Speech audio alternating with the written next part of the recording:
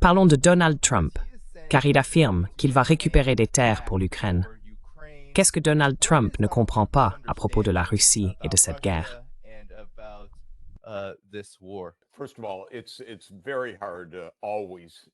Tout d'abord, il est très difficile de comprendre Donald Trump, ce qu'il veut dire par n'importe quelle expression, par des échanges de territoire ou autre chose. Tout est imprécis. Cela varie d'une heure à l'autre, d'un jour à l'autre. Donc je ne prends pas ses paroles au pied de la lettre. Lui-même ne les prend pas au pied de la lettre.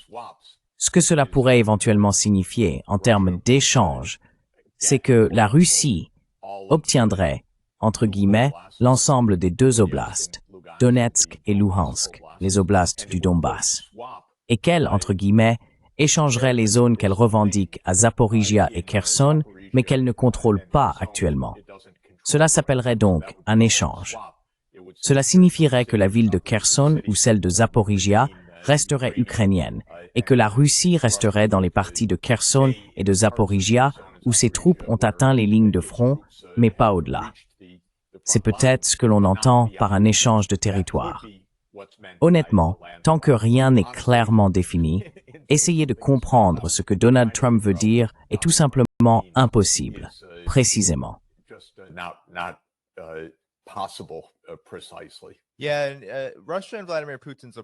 Oui, la Russie et l'approche de Vladimir Poutine ont été, comme toujours, très diplomatiques, d'un côté. Mais il y a des rumeurs concernant l'Ukraine. Bien sûr, nous savons que l'Ukraine s'oppose fermement à toute forme de règlement de ce conflit, pour le moment. Et il y a même des rumeurs selon lesquelles il pourrait tenter une sorte d'invasion à la manière de Koursk dans la région de Bryansk. Donc, étant donné que la situation sur le champ de bataille reste très instable, que pensez-vous de l'état actuel du conflit? Et finalement, comment les États-Unis, sous l'administration Trump, ont-ils géré la situation jusqu'à présent? Car il n'y a pas si longtemps, il n'y avait que des ultimatums successifs adressés à la Russie.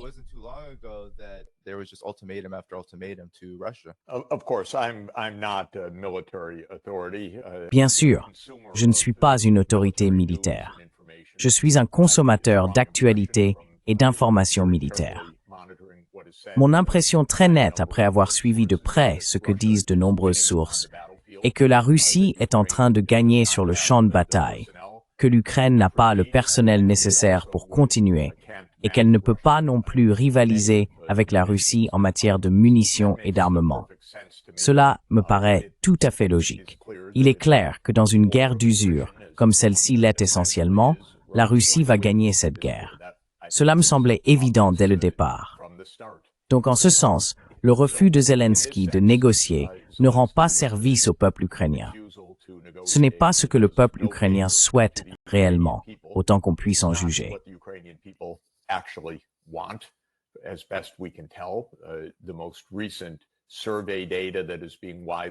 Les données d'enquête les plus récentes, largement commentées, montrent qu'une majorité significative du peuple ukrainien souhaite que la guerre se termine par des négociations. Zelensky est en essence un dictateur militaire à l'heure actuelle. Il gouverne pratiquement sans élection et a largement dépassé la fin de son mandat. J'ai été peu impressionné par Zelensky dès le début. Bien sûr, je l'ai surtout considéré comme une marionnette de diverses forces. L'extrême droite nationaliste ukrainienne d'une part et les États-Unis pendant longtemps. Et lorsque les États-Unis ont commencé à dire « Nous ne voulons plus poursuivre cette manœuvre car elle a échoué », alors ce sont les Européens. Il ne fait aucun doute que Zelensky est dans une situation difficile, mais il met ses compatriotes dans une situation encore pire.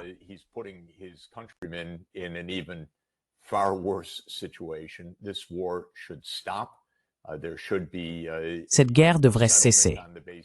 Il devrait y avoir un règlement basé sur la neutralité, une fin à cette aventure américaine absolument irresponsable, commencée dans les années 1990 avec l'élargissement de l'OTAN vers l'Ukraine et la Géorgie, et certaines pertes territoriales, parce que les États-Unis et le régime ukrainien post-2014 ont pris un pari et ils ont perdu.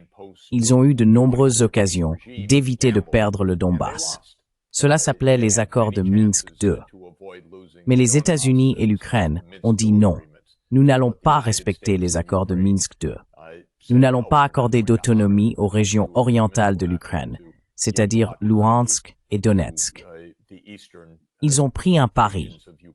Je sais que les responsables américains pensaient avoir la main gagnante. Je n'ai jamais eu une grande estime pour les stratèges américains d'ailleurs.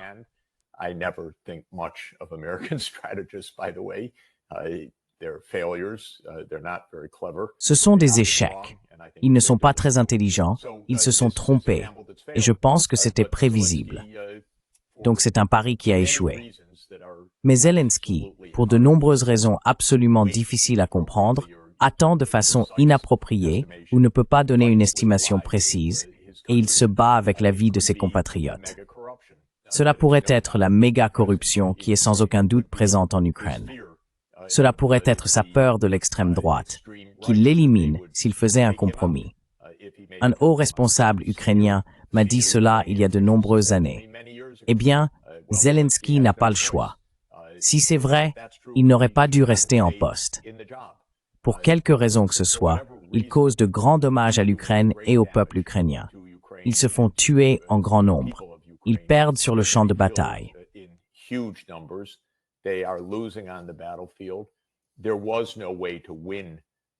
Il n'y avait aucun moyen de gagner cette guerre.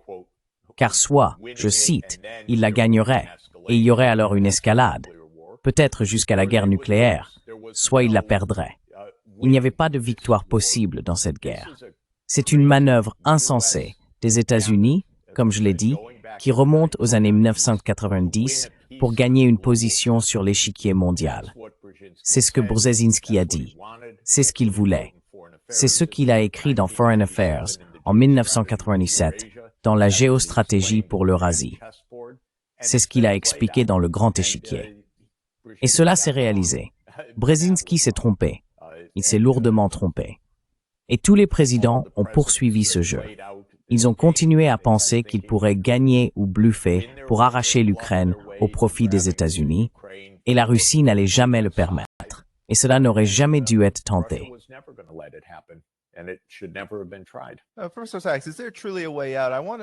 Tout d'abord, existe-t-il vraiment une issue possible? J'aimerais connaître votre compréhension et votre analyse, compte tenu de votre expérience. Vous avez rencontré des dirigeants, vous les avez conseillés. Comment un véritable homme d'État ou diplomate aborderait-il cette question? Car comme vous venez de l'exposer, la situation est mauvaise. Et les dernières nouvelles concernant la reprise des discussions entre les États-Unis et la Russie ne sont pas favorables au camp Ukraine-États-Unis-OTAN. Alors, comment gère-t-il cela? Parce qu'à l'heure actuelle, malgré l'enthousiasme, on parle encore beaucoup d'imposer des conditions à la Russie, ce qui ne semble pas très diplomatique à bien des égards. Mais comment un véritable homme d'État gérerait-il cette situation?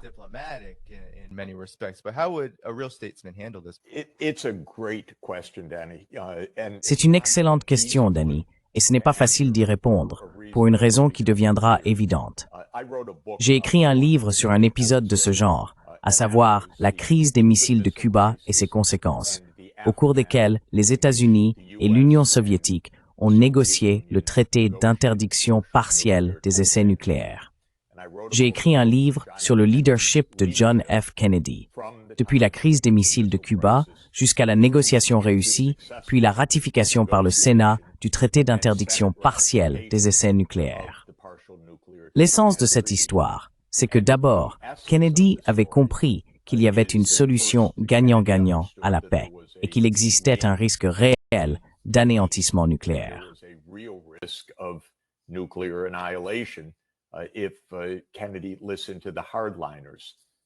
Si Kennedy avait écouté les partisans de la ligne dure. Deuxièmement, il avait compris que c'était en 1962 et 1963, Khrouchtchev, son homologue soviétique, se trouvait dans la même situation que lui. Il entendait les partisans de la ligne dure, mais comprenait qu'il était trop dangereux de suivre cette voie. Eh bien, Kennedy et Khrouchtchev ont trouvé une issue pacifique à la crise des missiles de Cuba. Les deux camps ont retiré des armes nucléaires offensives à courte portée visant l'autre camp. Les Soviétiques depuis Cuba, les États-Unis en retirant des missiles de Turquie. Les États-Unis se sont engagés à ne plus jamais envahir Cuba, un engagement qu'ils ont respecté. Et sur cette base, la crise a été résolue pacifiquement.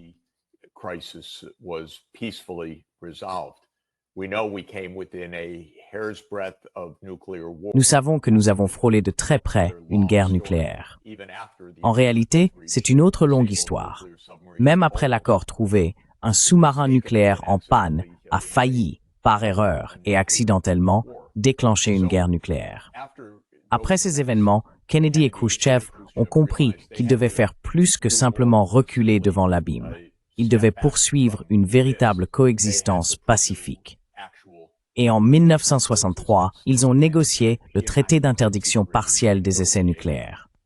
Ce que Kennedy a fait, c'est d'abord comprendre de façon pragmatique quel type d'accord pouvait être conclu.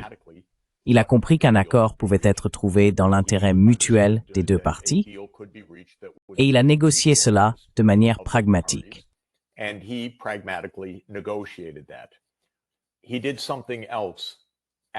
Il a fait autre chose d'absolument remarquable. C'est d'ailleurs la raison pour laquelle j'ai écrit ce livre. Il a expliqué publiquement sa vision de la paix au peuple américain. Il a même mené une campagne pour la paix à l'été 1963. Il a prononcé un discours célèbre le 10 juin 1963, appelé le discours sur la paix, que je recommande à tout le monde d'écouter. C'est l'un des discours les plus remarquables de l'histoire moderne. Après cela, il est parti pour l'Europe. C'est à ce moment-là qu'il est apparu au mur de Berlin, qu'il a pris la parole devant le Parlement irlandais, et ainsi de suite. Il a renforcé son soutien au cours de ces semaines par un appel public.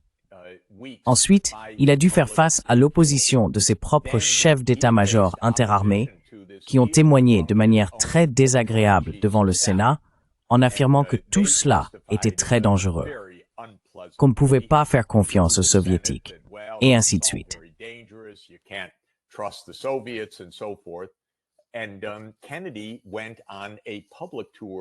Et Kennedy a entrepris une tournée publique aux États-Unis pour expliquer que ce n'est pas un miracle, rien n'est certain dans ce monde, mais que c'est le meilleur pari.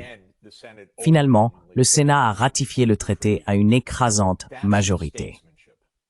Voilà ce qu'est l'art de gouverner. Tragiquement, il y a une note finale ou une coda à cette histoire. Kennedy a été assassiné quelques semaines plus tard. Vous savez, pendant longtemps dans ma vie, alors que j'en savais beaucoup sur le sujet, je ne prenais pas position sur ce qui s'était réellement passé.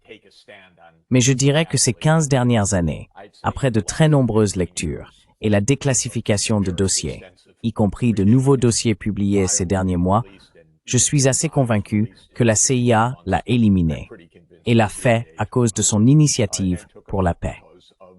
Et je pense que c'est James Angleton qui porte la plus grande responsabilité dans cette affaire.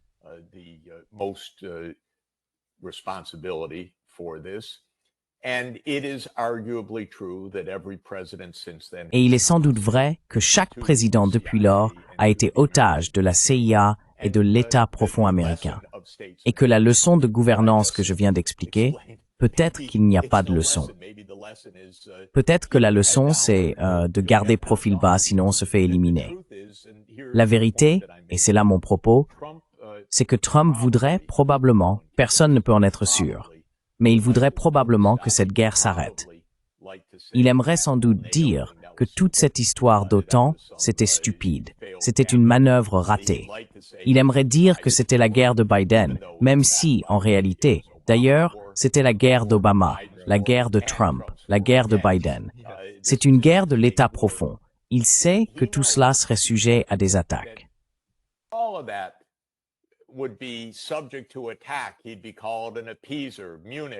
On le traiterait d'apaisant. Munich, 1938. Vous savez, quand on dit la vérité aux États-Unis, on se fait attaquer par des idiots comme Lindsey Graham ou des imbéciles comme Richard Blumenthal. Je veux dire, ce sont des gens terriblement ignorants. Lindsey Graham, je le considère comme le sénateur le plus stupide de tout le Sénat. Mais quoi qu'il en soit, oui, il serait attaqué. Il serait attaqué par Starmer, parce que la Grande-Bretagne est foncièrement russophobe. Elle l'a toujours été depuis 1140. La Grande-Bretagne est même plus folle que les États-Unis, parce qu'elle a les mêmes aspirations hégémoniques, les mêmes souvenirs et la même nostalgie, je dirais. Et aujourd'hui, elle ne représente plus rien en termes de puissance mondiale, mais elle pense encore l'être. Donc Starmer sauterait dans tous les sens, Mers sauterait dans tous les sens, et Macron sauterait dans tous les sens.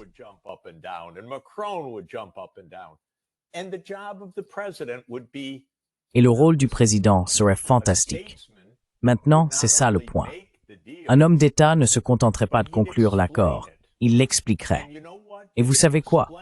S'il expliquait au peuple américain que l'élargissement de l'OTAN était un pari, que cela allait à l'encontre d'une promesse explicitement faite à Gorbatchev et à Eltsine en 1990, 1991 et 92, il comprendrait. C'était une mauvaise idée. Nous savions depuis le début que c'était dangereux. Nos meilleurs diplomates nous l'avaient dit. George Kennan nous l'avait dit. Jack Matlock nous l'avait dit. Bill Burns nous l'avait dit. Ils ont tous dit la même chose. Nous le savions, mais nous pensions pouvoir nous en tirer parce que la Russie était faible. Eh bien, ils ont joué leurs mains au poker. Ils ont bluffé. Ils ont augmenté les enjeux. Ils ont perdu. Donc maintenant, nous mettons fin à cette partie.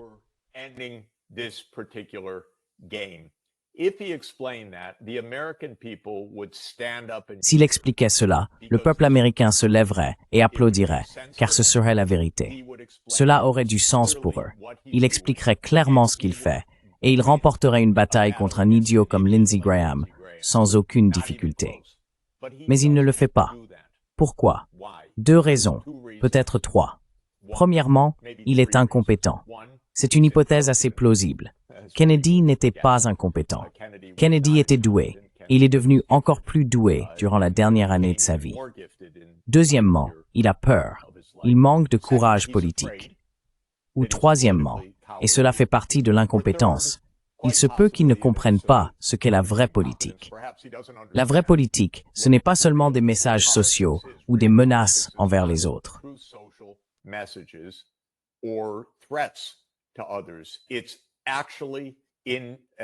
Dans un pays comme les États-Unis, il s'agit en réalité d'impliquer le peuple. Cela peut sembler naïf, mais c'est la vérité. S'il veut gagner ce combat contre Lindsey Graham, contre Palantir, contre le complexe militaro-industriel et contre la CIA, il doit porter l'affaire devant le peuple. Et s'il le faisait, il gagnerait, sous réserve de cette dernière note de bas de page que j'ai mentionnée plus tôt. Peut-être qu'il a simplement peur. C'est peut-être pour cela qu'il est si difficile de faire la paix. Parce qu'aux États-Unis, nous ne sommes pas vraiment une démocratie. Nous ne sommes pas vraiment une république. Nous sommes en réalité un État militaire, déguisé en démocratie, avec des élections. Mais si les présidents n'ont pas le courage de faire la paix, alors ce que nous sommes vraiment, c'est un État caserne.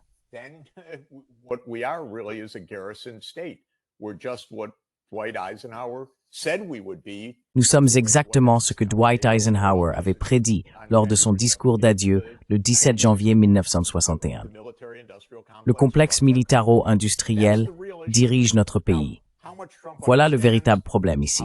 Maintenant, dans quelle mesure Trump comprend-il cela? Dans quelle mesure ne le comprend-il pas? Qui peut le dire? Mais s'il veut gagner cette élection, il doit conclure un accord avec Poutine, mais il doit l'expliquer au peuple américain, ne pas tergiverser, ne pas contourner les règles, ne pas proférer de menaces comme il le fait toujours pour montrer à quel point il est dur, mais expliquer. C'était une idée qui a vraiment mal tourné, une idée typique de la CIA américaine, une idée de l'État profond. Cela remonte aux années 1990. En fait, cela remonte à 1992 et le début de sa mise en œuvre date de 1994. Donc ça concerne Clinton, Bush Jr., Obama, Trump une fois, Biden et Trump une deuxième fois. Ce n'est pas la faute d'un président en particulier. C'est une politique à long terme des États-Unis qui a terriblement mal tourné.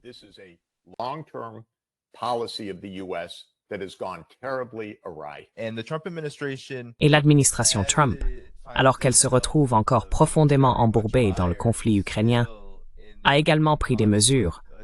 Je sais que vous vous êtes récemment rendu en Inde. Je sais que vous vous êtes récemment rendu en Chine. Et tandis que Trump prolonge la suspension des droits de douane, ou plutôt, la suspension de l'escalade des droits de douane pour encore 90 jours avec la Chine. Il a essuyé de nombreuses critiques pour avoir augmenté ce qu'il appelle des droits de douane secondaires sur l'Inde. Et tout cela tourne autour du conflit en Ukraine, du moins selon la façon dont l'administration Trump le présente. Mais il y a un développement plus large qui se produit dans le monde, professeur Sachs, et dans lequel s'inscrit ce conflit ukrainien. Pourriez-vous parler de l'évolution du monde et de la manière dont cela influence, et peut-être exerce une pression sur ce complexe militaro-industriel, cet État militaire qui dirige les États-Unis, pour qu'il continue à avancer dans cette guerre perdue en Ukraine?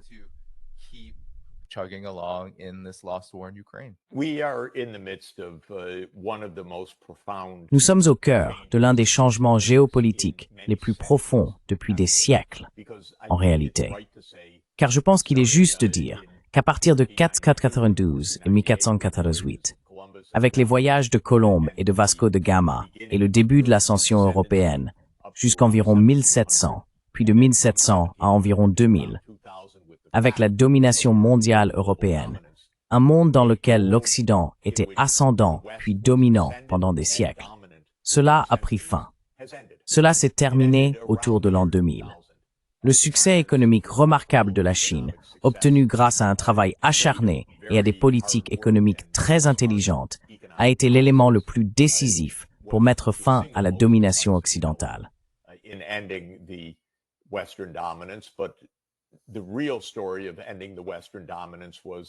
La véritable histoire de la fin de la domination occidentale, c'est qu'après 2 guerres mondiales, l'Europe, épuisée physiquement et moralement, a renoncé, soit en abandonnant, soit en perdant par la guerre, à ses colonies partout dans le monde. Et avec l'indépendance de ces pays sont venus au moins les débuts du développement économique et surtout de l'alphabétisation de masse, de la diffusion de la science et de la technologie. La Chine est devenue l'exemple emblématique d'un développement économique rapide sur cette base à partir de 1980. Tout cela signifie que nous vivons désormais dans un monde multipolaire. La Chine est une grande puissance. Les États-Unis ne peuvent pas vaincre la Chine.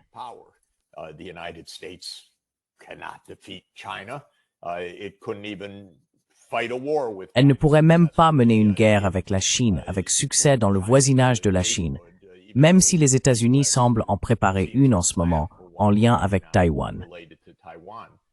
L'Inde est une grande puissance, selon mon analyse. Pas selon tout le monde, mais je crois qu'elle l'est déjà. Elle possède une économie majeure. Selon les critères de parité de pouvoir d'achat, c'est la 3e plus grande du monde.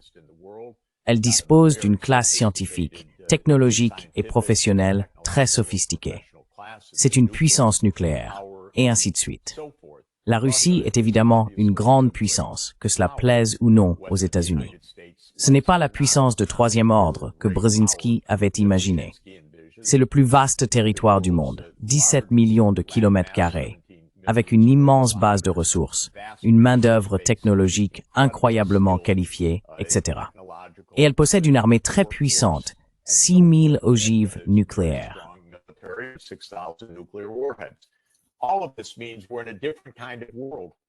Tout cela signifie que nous vivons dans un monde différent de celui que les États-Unis pensaient avoir à la fin de l'Union soviétique, en décembre 1991. Lorsque l'Union soviétique s'est effondrée, ce qui avait été l'objectif des stratèges américains pendant la guerre froide, ils ont déclaré « Maintenant c'est un monde unipolaire ». Et dans ce monde unipolaire, les États-Unis dominent. Il restait une tâche à accomplir, qui était de démanteler la Russie également.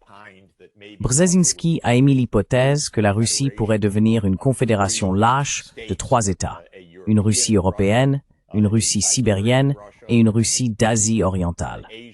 Voilà le genre de fantasme et de rêve de ces stratèges. Mais l'idée était que les États-Unis étaient unipolaires. Or, les États-Unis ne sont pas la puissance unipolaire. Ce n'est pas l'hégémon. Ils font face à de nombreux défis.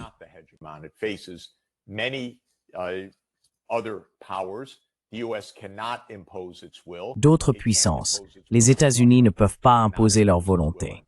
Ils ne peuvent pas l'imposer à la Russie. Ils ne peuvent pas l'imposer à la Chine. Ils ne peuvent pas l'imposer à l'Inde. Ils ne peuvent pas l'imposer au Brésil. J'ai donc cité 4 des 5 pays fondateurs des BRICS contre lesquels Trump s'est acharné ces dernières semaines pour tenter de les mettre à genoux. Lula, le président du Brésil, l'a exprimé de la manière la plus claire. Il a dit « Nous n'avons pas besoin d'un empereur, merci ». Et le Brésil ne cède pas. L'Inde ne cède pas. Ce droit de douane supplémentaire de 25% sur l'Inde est une erreur de calcul profonde de la politique étrangère américaine. C'est inimaginable.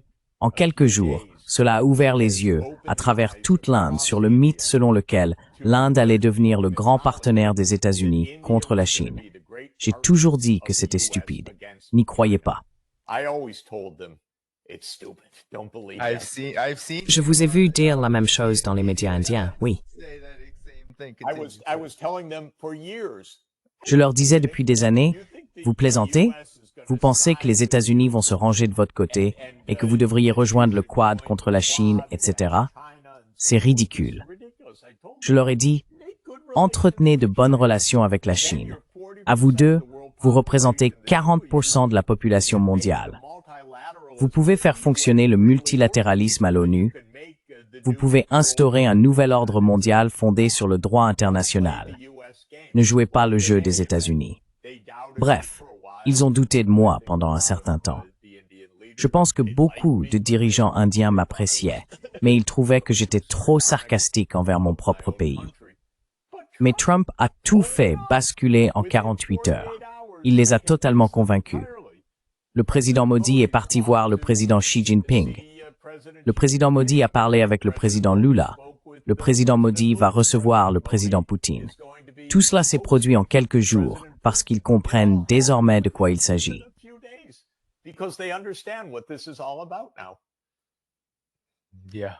Oui.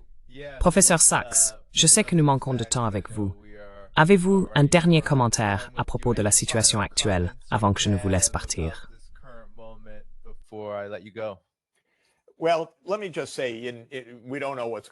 Eh bien, permettez-moi de dire que nous ne savons pas ce qui va se passer en Alaska, mais nous devrions espérer que ce sera une rencontre agréable. Nous devons comprendre qu'il y a plus en jeu entre les deux pays que seulement l'Ukraine, même si l'Ukraine est un sujet important. Il y a le contrôle des armes nucléaires. Il y a la réinstauration d'une diplomatie normale. Il y a aussi la possibilité de rétablir des relations économiques. Donc, je dirais d'abord que même si la question ukrainienne n'est pas entièrement résolue, il pourrait y avoir des avancées. J'espère une rencontre agréable et mutuellement respectueuse. Ce serait bénéfique pour les deux pays.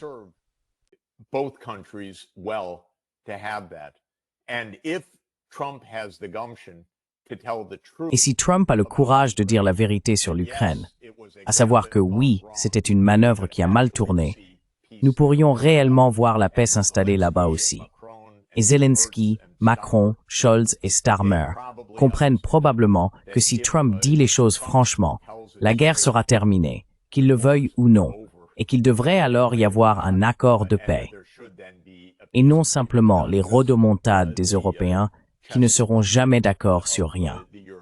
Si les États-Unis et la Russie conviennent à juste titre, non pas par complaisance, mais à juste titre, de conditions raisonnables pour mettre fin à ce qui fut une aventure malheureuse des États-Unis, alors les autres devront suivre, et ce sera la bonne issue.